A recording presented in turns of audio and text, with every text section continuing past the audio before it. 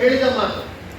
ಯುಗೋಸ್ಲಾವಿಯಾ ದೇಶದಿಂದ ಸರ್ಕಾರಕ್ಕೆ skill development ವಿಂಗ್ಗೆ ಒಂದು ಪತ್ರ ಬಂದಿದೆ. ನಮ್ಮ ದೇಶಕ್ಕೆ ಸುಮಾರು 130 ವಾಣಿಜ್ಯದಲ್ಲಿ ಪದವಿ ಹೊಂದಿರುವಂತ, ಅಕೌಂಟ್ಸ್ ಅನ್ನ ನಿರ್ವಹಿಸುವಂತ, ಲೆಕ್ಕಪತ್ರಗಳನ್ನು ನಿರ್ವಹಿಸುವಂತ ಪದವೀಧರರನ್ನು ನಮ್ಮ ದೇಶಕ್ಕೆ ಕಳಿಸಿ ಅಂತೇಳಿ. ಈಗ ವಿಶ್ವವೇ ಒಂದು ಸ್ತರದ ಒಂದು ವೇದಿಕೆ ಆಗಿರೋದ್ರಿಂದ ಎಲ್ಲರಿಗೂ ಕೂಡ ವಿಪುಲ ಅವಕಾಶ ಇದೆ. ಅದರಲ್ಲೂ ಕೂಡ ಭಾರತದ ಮಾನವ ಸಂಪನ್ಮೂಲ, ನೀವು ಸೃಜನೆ ಮಾಡ್ತಿರುವಂತ ವ್ಯಕ್ತಿಗಳು, ನೀವು ಸೃಜನೆ ಮಾಡ್ತಿರುವಂತ ನಾಗರಿಕರು, ವಿದ್ಯಾರ್ಥಿಗಳು, ಅವರು ಇಡೀ ವಿಶ್ವದಲ್ಲಿ ಅತ್ಯಂತ ಸ್ವಾಮ್ಯ ಸ್ವಭಾವಕ್ಕೆ ಹೆಸರಾದಂಥವ್ರು, ಜ್ಞಾನದಲ್ಲಿ ಹೆಸರಾದಂಥವ್ರು, ಅತ್ಯಂತ ಬಲಿಷ್ಠವಾದ ಮಾನವ ಸಂಪನ್ಮೂಲ ಆಗಿ ರೂಪುಗೊಳ್ತಾ ಇದ್ದಾರೆ. ಹಾಗಾಗೇನೆ ಭಾರತದ ಯುವಕರಿಗೆ ವಿಶ್ವದ ಎಲ್ಲ ದೇಶಗಳಲ್ಲಿ ಬಾಗಿಲುಗಳನ್ನು ತೆರೆಯಲಾಗಿದೆ. ಇವತ್ತು world is a platform for all of our youngsters. ಹಾಗಾಗಿ ಈ ಅವಕಾಶ ಇಡೀ ವಿಶ್ವಕ್ಕೆ ಮಾನವ ಸಂಪನ್ಮೂಲ ಒದಗಿಸುವಷ್ಟು ಶಕ್ತಿ, ಅವಕಾಶಗಳು ಮುಂದಿನ ದಿನಗಳಲ್ಲಿ ನಮ್ಮ ದೇಶಕ್ಕೆ ಇದೆ. ಕಾರಣ ಆದರೂ ಇಷ್ಟೇ, ಅದು ನಮ್ಮ ಸಂಸ್ಕಾರದಲ್ಲಿದೆ. ನಮ್ಮ ವಿದ್ಯಾರ್ಥಿಗಳು ಎಲ್ಲೇ ಹೋದರೂ ಕೂಡ ಯಾವುದೇ ಇತರೆ ಚಟುವಟಿಕೆಗಳಿಗೆ, ಇತರ ವಿಷಯಗಳಿಗೆ ಹೋಗದಂತೆ ತಮ್ಮ ಕೆಲಸ, ಆ ಸೇವೆ, ನಾವು ಮಾಡುವಂಥ ಕೆಲಸಕ್ಕೆ ನ್ಯಾಯವನ್ನು ಒದಗಿಸೋದ್ರಲ್ಲಿ, ಆ ಸಂಸ್ಕಾರವಂತರ ಆಗೋದ್ರಲ್ಲಿ ಸಫಲರಾಗಿದ್ದಾರೆ. ಅದರ ಪರಿಣಾಮ ಇವತ್ತು ನಾವು ಜಾಗತಿಕ ಮಟ್ಟದಲ್ಲಿ ನೋಡ್ತಾ ಇದ್ದೇವೆ. ಹಾಗಾಗಿ ಈ ಒಂದು ಪ್ರಾಥಮಿಕ ಶಿಕ್ಷಣ ಮತ್ತು ಪ್ರೌಢ ಶಿಕ್ಷಣ, ಪದವಿ ಪೂರ್ವ ಶಿಕ್ಷಣ, ಅದು ಒಂದು ಫೌಂಡೇಶನ್. ಯಾವುದೇ ಒಬ್ಬ ವ್ಯಕ್ತಿಗೆ ತನ್ನ ವ್ಯಕ್ತಿತ್ವವನ್ನು ರೂಪಿಸ್ಕೊಳ್ಳಿಕ್ಕೆ ಆ 10 ವರ್ಷ 12 ವರ್ಷ ಏನಿದೆ, ಅದು ಅವನ ಜೀವನವನ್ನು ಒಂದು ಭದ್ರವಾದಂಥ ದೃಷ್ಟಿಕೋನದಲ್ಲಿ ಬೆಳೆಸಲಿಕ್ಕೆ ಪೂರಕವಾಗಿ ಕೆಲಸ ಮಾಡುತ್ತೆ. ಅದು ನಿರ್ಣಾಯಕ ಕೂಡ. ಒಂದು ಸೇ ಇದೆ, good start is work half done ಅಂತೇಳಿ. ಒಂದು ಸದೃಢವಾದಂಥ ಪ್ರಾರಂಭ ಅವನ ಜೀವನದಲ್ಲಿ ಅರ್ಧ ಯಶಸ್ಸನ್ನು ತಂದುಕೊಟ್ಟಂತೆ ಅಂತೇಳಿ. ನನ್ನ ಪ್ರಕಾರ 75%ದಿಂದ 80% ಯಶಸ್ಸು ತಂದುಕೊಟ್ಟ ರೀತಿಯಲ್ಲಿ. ಹಾಗಾಗಿ ನಿಮ್ಮ ಜವಾಬ್ದಾರಿ ಒಬ್ಬ ನಾಗರಿಕರನ್ನ ಬೆಳೆಸೋದ್ರಲ್ಲಿ 80% ನಿಮ್ಮದೇ ಜವಾಬ್ದಾರಿ ಇರೋದ್ರಿಂದ ನಾನು ವಿನಮ್ರವಾಗಿ ತಮಗೆಲ್ಲರಿಗೂ ಕೂಡ ಮನವಿಯನ್ನ ಮಾಡ್ತೇನೆ. ಎಲ್ಲರೂ ಕೈ ಜೋಡಿಸಿ ಒಂದು ಒಳ್ಳೆಯ ವ್ಯವಸ್ಥೆ ಅಡಿನಲ್ಲಿ ನಾವೆಲ್ಲ ಕೆಲಸ ಮಾಡೋಣ ಅಂತ ಹೇಳ್ತಾ, ಈ ಸಂದರ್ಭದಲ್ಲಿ ನಿಮ್ಮ ಸಂಘದಿಂದ ಯಾವುದೇ ಕೋರಿಕೆಗಳು ಬಂದರೂ ಕೂಡ ಅವುಗಳನ್ನು ತುಂಬ ಮೌಲ್ಯಯುತವಾಗಿ, ಜನಸ್ನೇಹಿಯಾಗಿ, ತಮಗೂ ಕೂಡ ಅದರಿಂದ ಅನುಕೂಲ ಆಗೋ ರೀತಿಯಲ್ಲಿ ಜನಪ್ರತಿನಿಧಿಗಳು, ಮಾನ್ಯ ಸಚಿವರ ಜೊತೆ ಚರ್ಚೆ ಮಾಡಿ ಯಾವುದೇ ಕ್ರಮಗಳನ್ನು ಕೂಡ ನಾವು ತೆಗೆದುಕೊಳ್ತೇವೆ.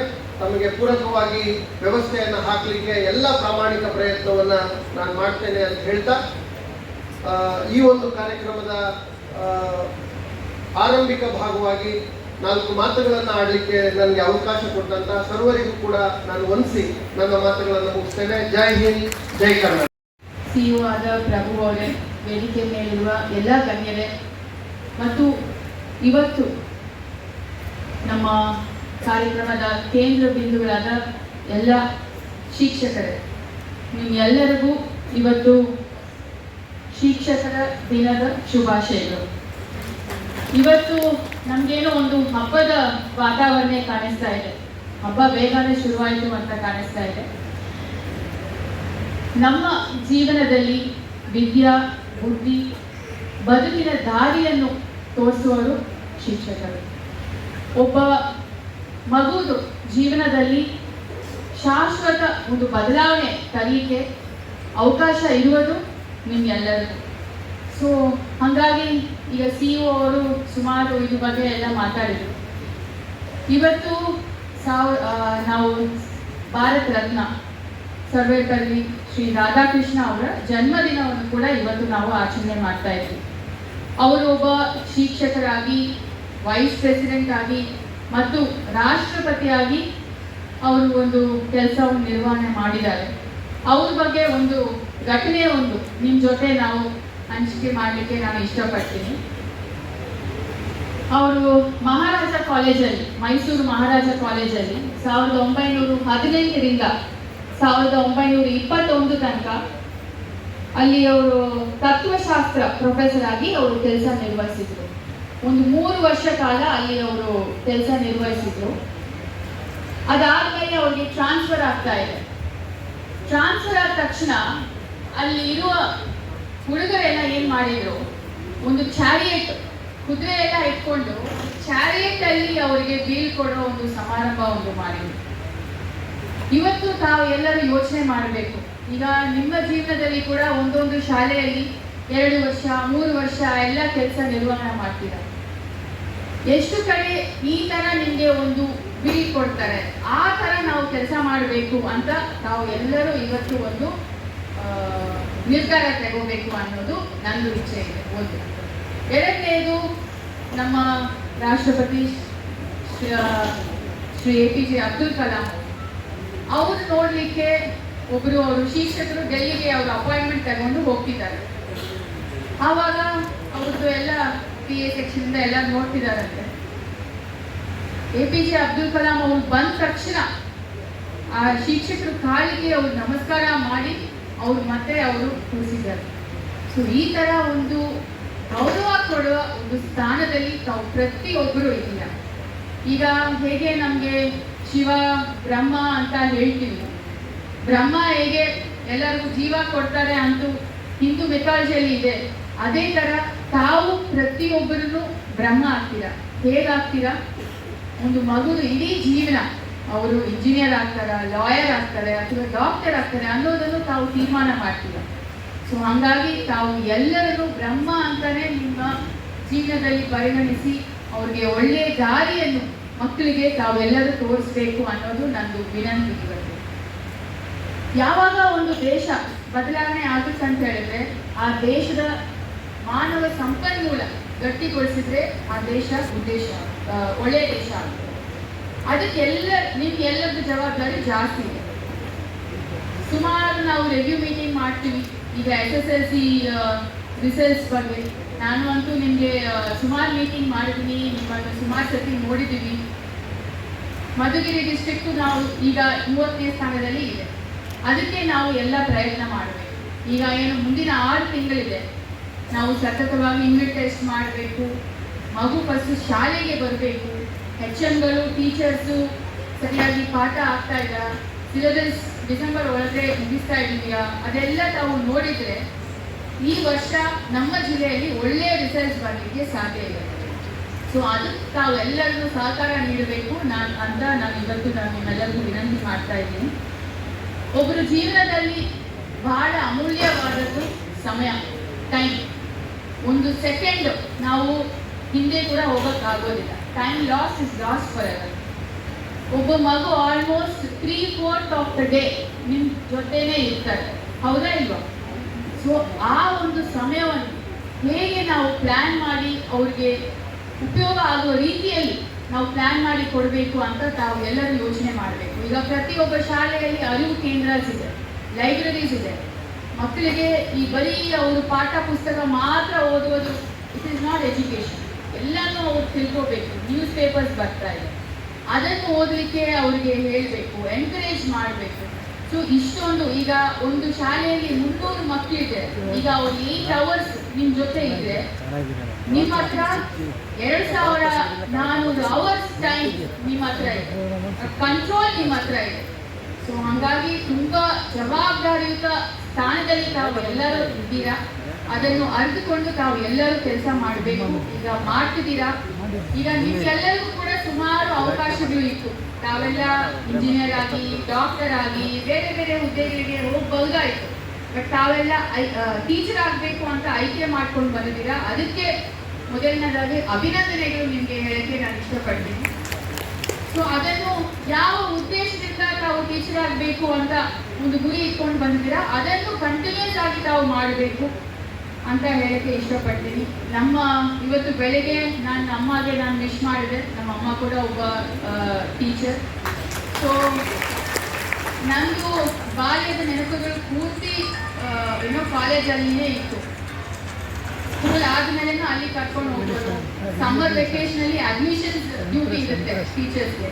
ಸೊ ಆವಾಗ ಕೂಡ ಇಡೀ ಏಪ್ರಿಲ್ ಮೇ ನಾನು ಕಾಲೇಜಲ್ಲಿ ನಾನು ಇರ್ತಾ ಇದೆ. ನಮ್ಮ ಅಮ್ಮಗೆ ನಾನು ಟೀಚರ್ ಆಗಬೇಕು ಅಂತ ಬಹಳ ಇಷ್ಟ ಇತ್ತು. ಬಟ್ ಏನೋ ನನಗೆ ಆಯಿತು ಇದು ಬೇಡ ಅಂತ ನಾನು ಬೇರೆ ಆಯ್ಕೆ ಮಾಡ್ಕೊಂಡಿದ್ದೆ. ಸೊ ಇವತ್ತು ನಾವು ಜಿಲ್ಲಾ ಮಟ್ಟದಲ್ಲಿ ಒಂದು ಒಳ್ಳೆಯ ಕಾರ್ಯಕ್ರಮ ಮಾಡಿದ್ದೀವಿ. ನಿಮ್ಗೆಲ್ಲರಿಗೂ ಒಂದು ಗೌರವ ಸಲ್ಲಿಸಬೇಕು. ತಾವು ಮಾಡುವ ಕೆಲಸವನ್ನು ಸ್ಮರಿಸಬೇಕು ಅನ್ನೋ ಒಂದು ಒಳ್ಳೆಯ ಉದ್ದೇಶದಿಂದ ಈ ಕಾರ್ಯಕ್ರಮವನ್ನು ಮಾಡ್ತಾ ಇದ್ದೀವಿ.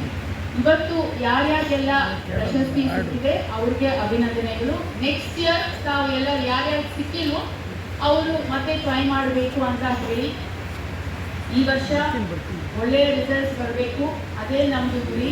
ನಾವು ಎಷ್ಟೇ ಮೀಟಿಂಗ್ ಮಾಡಿದ್ರೂ ದಯವಿಟ್ಟು ಎಲ್ಲರೂ ಬೇಜಾರು ಮಾಡಿಕೊಳ್ಳದೆ ನಮಗೆ ಸಹಕಾರ ಕೊಡಬೇಕು ಅಂತ ಹೇಳಿ ಎಲ್ಲರಿಗೂ ವಂದಿಸಿ ಈ ಒಂದು ಒಳ್ಳೆಯ ಕಾರ್ಯಕ್ರಮ ಮಾಡಿರುವ ನಮ್ಮ ಎಜುಕೇಷನ್ ಡಿಪಾರ್ಟ್ಮೆಂಟ್ ಅವ್ರಿಗೂ ಕಂಗ್ರ್ಯಾಚುಲೇಷನ್ಸ್ ಹೇಳಿ ನಾನು 2 ಮಾತನ್ನು ಮುಗಿಸ್ತೀನಿ. ಜೈ ಹಿಂದ್.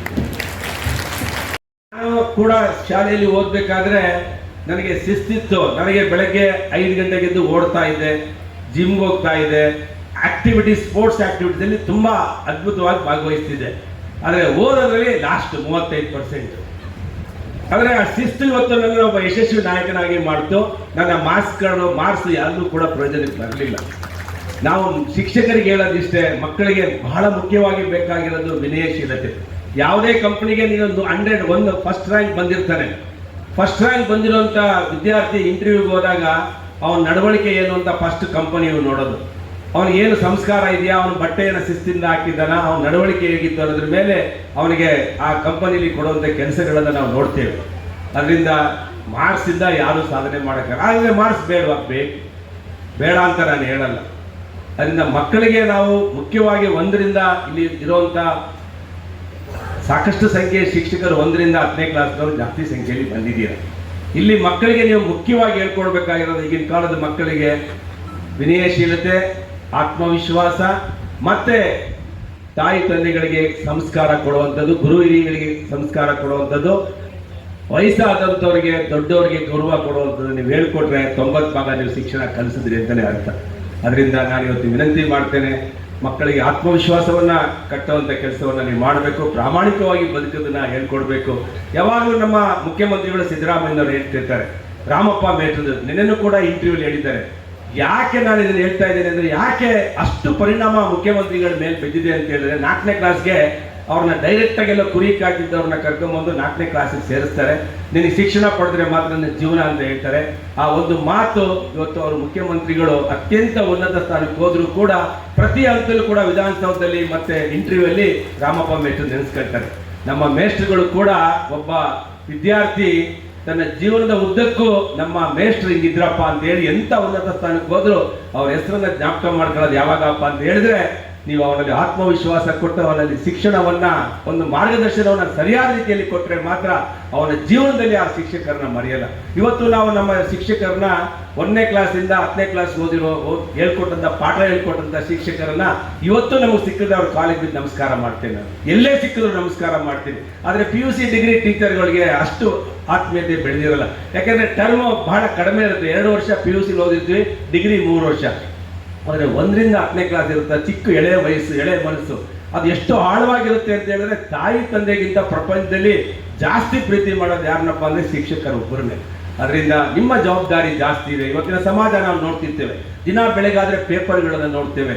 ಡಾಕ್ಟರ್ ಮೇಲೆ 1ನೇ ಕ್ಲಾಸ್ ಮಗು, 5-6 ವರ್ಷದ ಮಗು ಇನ್ನೊಂದು ಹೆಣ್ಣು ಮಗು ಮೇಲೆ ಅತ್ಯಾಚಾರ ಮಾಡುವಂಥದ್ದು ಪತ್ರಿಕೆಗಳನ್ನು ನಾವು ಓದ್ತೇವೆ.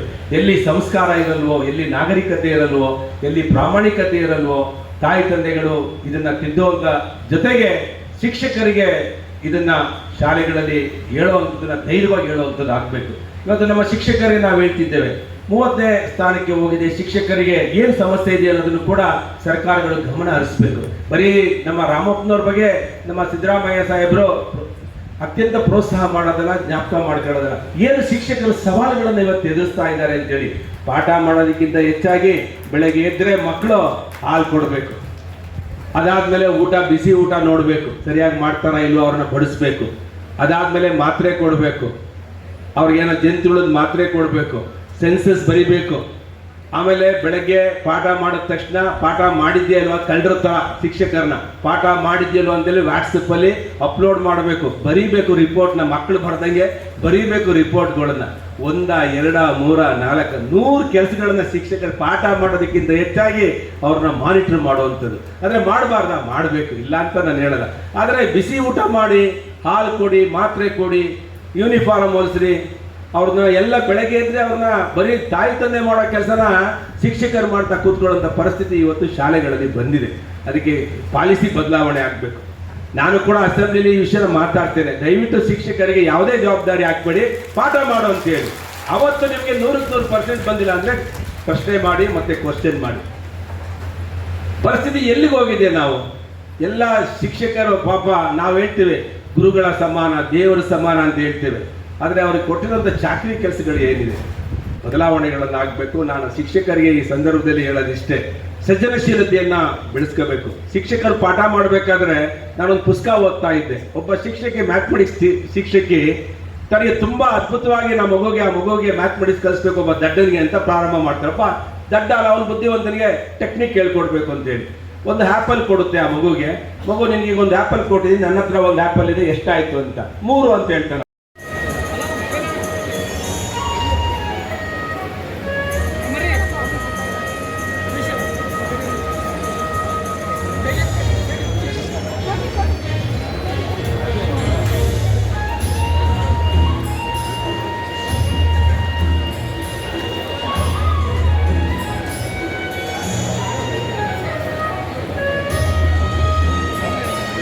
ಇದ್ದೇವೆ.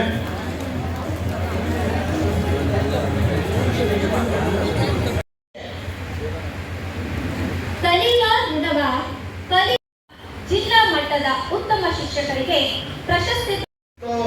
ವೇದಿಕೆಯ ಎಲ್ಲ ಗಣ್ಯರು ಕೂಡ ಪ್ರತ್ಯಕ್ಷ ಎಲ್ಲರಲ್ಲೂ ಕೂಡ ಮನವಿ ಮಾಡ್ತೇನೆ, ತಮ್ಮೆಲ್ಲರಲ್ಲೂ ಕೂಡ ಅದನ್ನು ಒಂದು ಚಟುವಟಿಕೆಗಳು ಮಾಡೋದ್ರ ಮೂಲಕ ಕಟ್ಟೋಣ. ಅದಕ್ಕೆ ತಾವು ಕೂಡ ಎಲ್ಲರೂ ಪ್ರಾಸ್ತಾವಿಕ ನುಡಿಯನ್ನು ನುಡಿದಿರ್ತಕ್ಕಂತಹ ಶ್ರೀಧರಿಗೆ ಧನ್ಯವಾದಗಳು. ವೇದಿಕೆಯ ಮೇಲ್ಭಾಗಕ್ಕೆ ವಿವಿಧ ಸಂಘಗಳ ಅಧ್ಯಕ್ಷರನ್ನು ಆಹ್ವಾನಿಸಲಾಗಿತ್ತು. ಮತ್ತೊಮ್ಮೆ ಅವರನ್ನು ಆಹ್ವಾನಿಸ್ತಾ ಇದ್ದೇನೆ. ಈಗ ಮುಂದಿನ ಕಾರ್ಯಕ್ರಮ ಆಶಯ ನುಡಿಗಳು. ನಿಮ್ಮೆಲ್ಲರ ಆ ಪ್ರಯತ್ನಕ್ಕೂ ಕೂಡ ನಾನು ತುಂಬ ಹೃದಯದ ಅಭಿನಂದನೆಗಳನ್ನು. ಸರ್ಕಾರಿ ಹಿರಿಯ ಪ್ರಾಥಮಿಕ ಶಾಲೆ ಶ್ರೀರಾಮನಗರ PPS ಡಯಟ್ ತುಮಕೂರು.